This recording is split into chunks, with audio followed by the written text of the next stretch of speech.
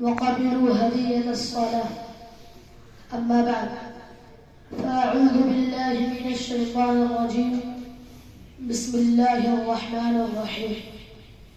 إن الصلاة تنهى عن الفحشاء والمنكر ولذكر الله أكبر.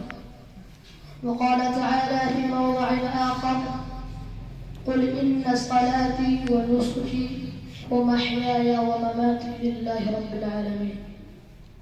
إخواني البررة، رئيس الاحتفال المؤقر وزملائي في الدروس، إني أريد أن أتحدث أمامكم حول موضوع الصلاة إلى حين قليل في اللغة العربية السهلة السلسة، فالرجاء منكم جميعا أن تصغوا آذانكم وأن تعملوا بالخير.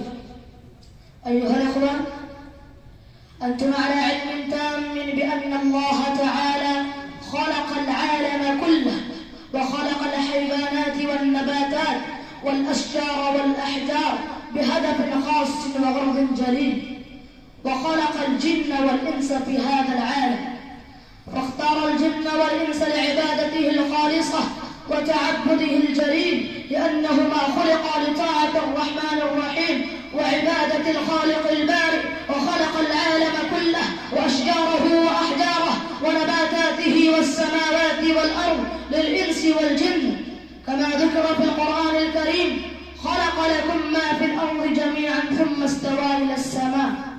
وقال تعالى في موضع آخر: وما خلقت الجن والإنس إلا ليعبدون.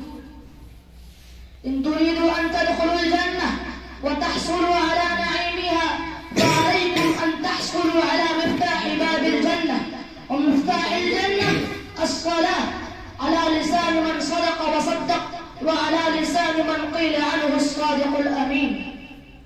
أيها المسلمون، قفوا برهة، انظروا في هذا الحديث.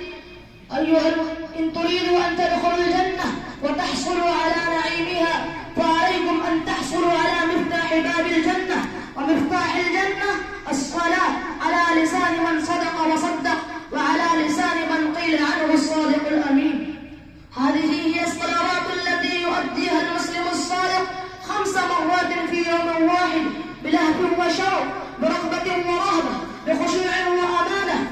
هذه هي الصلوات التي أداها الصحابة فأحسن تأديتها، حتى قال عنهم القرآن الكريم: رجال لا تلهيهم تجارة ولا بيع عن ذكر الله وإقام الصلاة وإيتاء الزكاة يخافون يوما تتقلب فيه القلوب والأبصار. هذا